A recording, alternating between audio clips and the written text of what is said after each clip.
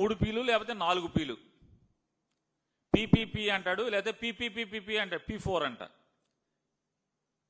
ఈ పీపీపీలో కానీ P4లో కానీ ఈ రాష్ట్రంలో బాగుపడినోడు ఎవడన్నా ఉన్నాడా? చంద్రబాబు నాయుడు గారు, ఆయన కొడుకు పవన్ కళ్యాణ్ గారు తప్పితే, లేదా తెలుగుదేశం వాళ్ళు ఎవడన్నా బాగుపడ్డాడేమో కానీ ఒకటి అదే, అది కూడా తెలుగుదేశం వాళ్ళు కూడా గ్రామాల్లో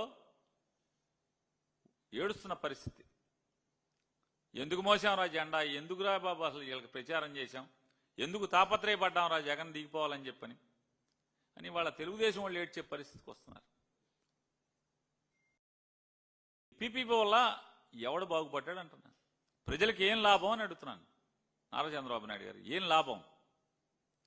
ఎన్నికల ముందేమో మీరు జగన్మోహన్ రెడ్డి గారు 150 సీట్లలో 40 సీట్లు, అది కూడా రికమెండేషన్ లేకుండా అన్ని కన్వీనర్ కోటాలోనే ఇంటర్వ్యూ ద్వారా రికమెండేషన్, ఎవరి రికమెండేషన్ లేకుండా కొన్ని సీట్లు 12 లక్షలు, కొన్ని సీట్లు 20 లక్షల రూపాయలు కట్టి, తద్వారా మెడికల్ కాలేజీ నిర్వహణ ఇబ్బంది లేకుండా ఉంటాకి, ఆ కాలేజీ ఎవరి దగ్గర చేయి జాపకుండా ప్రభుత్వాల దగ్గర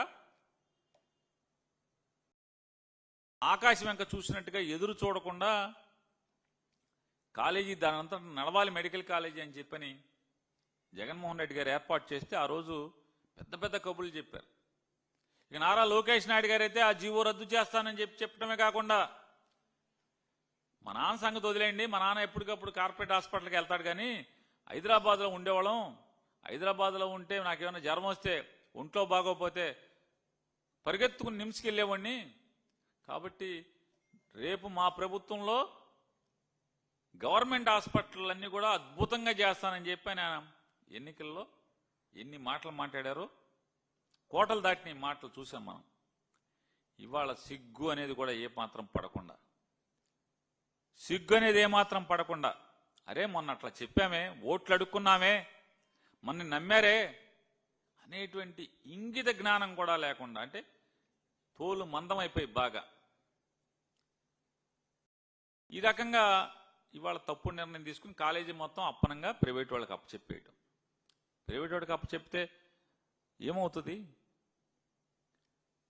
కాలేజీ ఒకటే కాదు, హాస్పిటల్ కూడా ప్రైవేట్కి ఇచ్చేస్తారంట, గవర్నమెంట్ హాస్పిటల్ కూడా ప్రైవేట్కి ఇస్తారంట. ఇవాళ ఈ మెడికల్ కాలేజీల్లో పీపీపీ అంటే ఏంటి అసలు? అది పీపీపీ కాదు, 4వ పీ సైలెంట్గా ఉంటుంది. ఈ 4వ పీ సైలెంట్గా అంటే people's property, privates profit. People's property, privates profit కింద ఈ పథకం తీసుకొచ్చారా కాదా? మీరు తెచ్చిన 4 పీలో 1 పీని మింగేసి మాట్లాడుతున్నారు కదా మీరు. అది అంటే సైలెంట్ కింద అనమాట. ఇంగ్లీష్లో కొంత గ్రామర్లో చెప్తాడు కదా, అది సైలెంట్ ఇది సైలెంట్ అని. ఈ 4వ పీ మీరు సైలెంట్ చేసి ఎవడికి దోచిపెడతాకని చెప్తున్నాను. ఎక్కడన్నా మీరు ఈ పాలసీ, మీరు ఎన్నికల్లో ఏం చెప్పారు? మెడికల్ కాలేజీల్లో జగన్మోహన్ రెడ్డి గారు పెట్టిన 150కి 40 సీట్లు, 42 సీట్లు, అది మొత్తం మేము అది కూడా మెరిట్లోకి తెచ్చేస్తామని చెప్పి కోతలు కోసి, ప్రతి చోట సూపర్ స్పెషాలిటీ హాస్పిటల్ నిర్మాణం చేస్తామని చెప్పి, లేదా హాస్పిటల్ని బలోపేతం చేస్తామని చెప్పి, ఇవాళ ఇది చేయటాకి, ఈ మోసం చేయటాకి మీరు ఎవరితో ఉన్నా ఎక్కడన్నా చర్చించారా? ఎక్కడన్నా ప్రజల నుంచి అభ్యంతరాలు స్వీకరించారా? మీరు ఎన్నికల ముందే మేము రాష్ట్రంలో ఉన్నటువంటి ప్రభుత్వ హాస్పిటల్ని కూడా ప్రైవేట్ వాళ్ళకి ఇచ్చేస్తాం, జగన్మోహన్ రెడ్డి గారు పెట్టిన మెడికల్ కాలేజీని కూడా ప్రైవేట్కి ఇచ్చేస్తాం, ఇది అద్భుతమైన పాలసీ అని చెప్పి ఓట్లు అడిగి మీరు ముఖ్యమంత్రిగా అయి ఉంటే ఖచ్చితంగా మీరు ఎవరిని అడగాల్సిన పని లేదు. ఎన్నికల ముందు మీరేం చెప్పారు? మోసం చేస్తున్నప్పుడు మీరు ప్రజల నుంచి అభ్యంతరాలు అడగాలా అక్కర్లేదా? అడగలేదు. పోనీ చట్టసభల్లో ఏమన్నా చర్చించారా ఎవరితో అన్నా? అంటే తండ్రి కొడుకులు మీ ఇద్దరు కూర్చుని వ్యాపారం మాట్లాడేసుకుంటే సరిపోతుందా? ఇవాళ ప్రజలు ఇచ్చారు కదా, 1 కోటి మంది రాష్ట్ర ప్రజలు ఇవాళ ఛాలెంజ్ చేస్తున్నాం నారా చంద్రబాబు నాయుడు గారు, నారా లోకేష్ నాయుడు గారు. జగన్మోహన్ రెడ్డి గారు కనుక ఈ రాష్ట్రంలో ఉన్నటువంటి ప్రతి పౌరుణ్ణి మీకు ఇష్టమా లేదా అని సంతకాలు పెట్టమంటే 90% మంది రాష్ట్ర ప్రజలు అరే బాబు మెడికల్ కాలేజీలని, ప్రభుత్వ ఆసుపత్రుల్ని, ప్రభుత్వ మెడికల్ కాలేజీలని అమ్మేబాకండ్రా బాబు అని చెప్పి సంతకాలు పెట్టేవాళ్ళు. మీ జనసేన, బీజేపీ, టీడీపీ కరడుగట్టిన కార్యకర్తల దగ్గర నుంచి నాయకులు కూడా సంతకాలు పెట్టేవాళ్ళు. జగన్ 1 కోటి అన్నాడు కాబట్టి 1 కోటి మందే పెట్టి ఓ డెడ్ లైన్ పెట్టుకుని 1 కోటి మందితో చేశాను. ముందే అయిపోయినాయి. కానీ గవర్నర్ గారి లభ్యత లేట్ అవటం వల్ల 4 రోజులు దేకింది తప్పితే 1 కోటి మంది సంతకాలు అంటే ప్రజాభిప్రాయం మీకు అంటల బాగా తోలుమందం అయిపోయింది. జగన్ గారికేమో విద్య పట్ల, ఆరోగ్యం పట్ల, ప్రజల యొక్క విద్య పట్ల, ప్రజల యొక్క ఆరోగ్యం పట్ల అమితమైనటువంటి బాధ్యతగా ఆయన భావిస్తే, ఇవాళ నారా చంద్రబాబు నాయుడు గారు ప్రజల యొక్క బాగోగుల పట్ల అంటే ప్రజల్ని బాగు చేయడంలో ఫీజు రీయింబర్స్మెంట్ ఇవ్వు, చదువు గాలి కొదులుతావు, సామాన్యులు, పేద మధ్యతరగతి వర్గాలు ఎలా ఇవాళ అందరి ద్రాక్షలాగా చదువు అయిపోయే పరిస్థితి. వైద్యం అంటే ఎవరికన్నా రోగం వస్తే అప్పులు పాలైపోయి, కుదేలైపోయి, ఉన్న ఆస్తులు పాస్తులు అన్నీ అమ్మటమో తాకట్టు పెట్టుకుంటే కానీ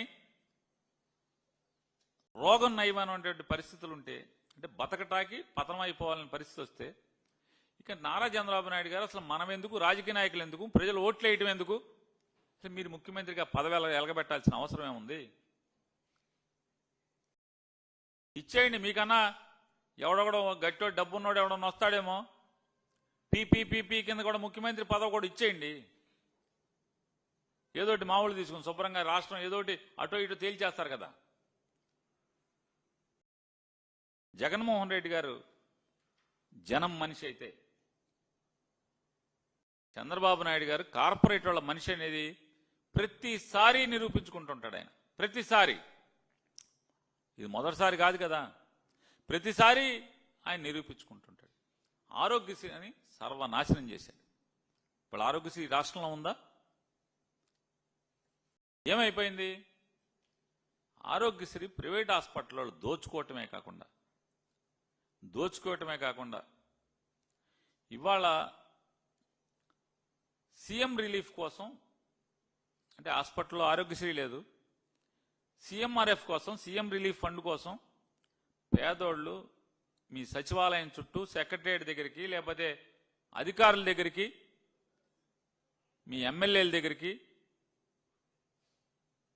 అంటే బిచ్చం ఎత్తుకుంటాకి వెళ్ళినప్పుడు తిరిగినట్టుగా తిరగాల్సినటువంటి, అంటే పేదలు, సామాన్యులు, ఈ రాష్ట్ర ప్రజలు హక్కుగా పొందాల్సినటువంటి వైద్యాన్ని మీరు ఎంత దిగజార్చిన పరిస్థితి. వాళ్ళ సామాన్యులందరూ బతకాలంటే, రోగం తగ్గించుకోవాలంటే, బతికి బట్ట కట్టాలంటే మీ ఎమ్మెల్యే దగ్గర నుంచి మీ అధికారుల దగ్గరికి దేహి అని తిరగాల్సినటువంటి కర్మ మీ ప్రభుత్వం వల్ల పట్టిందా లేదా అనేది ఒకసారి ఆలోచించుకోమని చెప్తున్నాను. నా మాట అక్కర్లా, మీ Pithapuram incharge, Telugu Desam party Pithapuram incharge Varma బహిరంగంగా చెప్తున్నాడు కదా. చెప్తున్నారా చెప్పట్లేదా? ఆరోగ్యశ్రీ పేరు మీద చంద్రబాబు నాయుడు దోచుకుంటున్నారయ్యా ప్రైవేట్ హాస్పిటల్ వాళ్ళు. ఆరోగ్యశ్రీ లేకపోవటం వల్ల డబ్బులు కట్టమంటున్నారు, సస్తున్నారయ్యా పేదోళ్ళు అని చెప్పి ఎంత ఆవేదన భరితంగా మాట్లాడాడు. ఆరోగ్యశ్రీ వాళ్ళ ఎంత దయనీయమైన పరిస్థితులు రాష్ట్రంలో నెలకొన్నాయి. అంటే పేదోడు, సామాన్యుడు నోరెత్తలేడనే కదా మీ అహంకారం.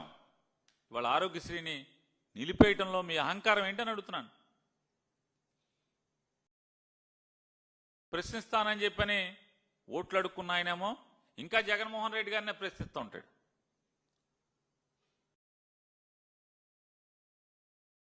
ఇవాళ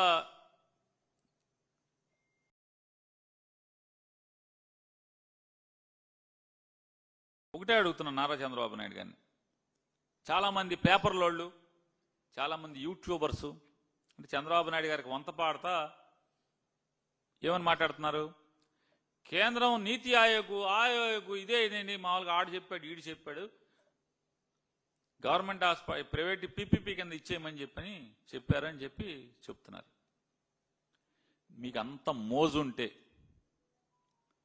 మీ వాళ్ళకు దోచి పెడదామని కనుక మీకుంటే కొత్తగా మెడికల్ కాలేజీలు పెట్టు. పీపీపీ కింద మెడికల్ కాలేజీ పెట్టండి. పెట్టద్దని ఎవడన్నా అన్నాడా? నీ బ్రాండింగ్ ప్రకారం నువ్వు చేసుకో. ఆల్రెడీ జగన్మోహన్ రెడ్డి గారు ప్రజల ఆస్తిగా 17 మెడికల్ కాలేజీల్లో మొదలుపెట్టి ల్యాండ్ ఎక్విజిషన్ చేసి ఒక్కొక్క కాలేజీకి 60 నుంచి 70 ఎకరాల పొలం కొనుగోలు చేసి ప్రజాధనంతో కొనుగోలు చేసి ఢిల్లీ నుంచి అన్నిటికీ పర్మిషన్లు తీసుకొచ్చి 17 కాలేజీలకి కావలసినటువంటి అన్ని అనుమతులు తీసుకొచ్చి శరవేగంగా నిర్మాణం చేస్తుంటే మీ రెక్కంగానే జగన్ గారు 7 కాలేజీలు పూర్తి చేస్తే ఆ మిగతా నిర్మాణంలో ఉన్నటువంటి 10 కాలేజీలని మీరు తాకీదులు ఇచ్చి, అంటే రాతపూర్వకమైన తాకీదులు ఇచ్చి ప్రతి కాలేజీని ఎక్కడ ఉన్నదో అక్కడే నిలిపేయమని చెప్పని మీరు ఇచ్చారు కదా. ఆ 10 కాలేజీల్లో పనులాపేయమని కాగితాలు ఇచ్చి ఆర్డర్లు వేసి ఇవాళ జగన్మోహన్ రెడ్డి నిన్న ఆయన మాట్లాడతాడు. జగన్కి అంత పేదవాళ్ల పట్ల ప్రజల పట్ల అంత మమకారం ఉంటే 5 ఏళ్లను పూర్తి చేయొచ్చు. కానీ అది సిగ్గు కూడా పడకుండా చంద్రబాబు నాయుడు గారు 17 మెడికల్ కాలేజీలు 2 ఏళ్లు కరోనా పోతే 17 మెడికల్ కాలేజీలు నిర్మాణం చేయాలని ఆలోచన చేయటం, స్థలాలు కొనటం, 7 కాలేజీలు పూర్తి చేయటం, 10 కాలేజీలు సగంలో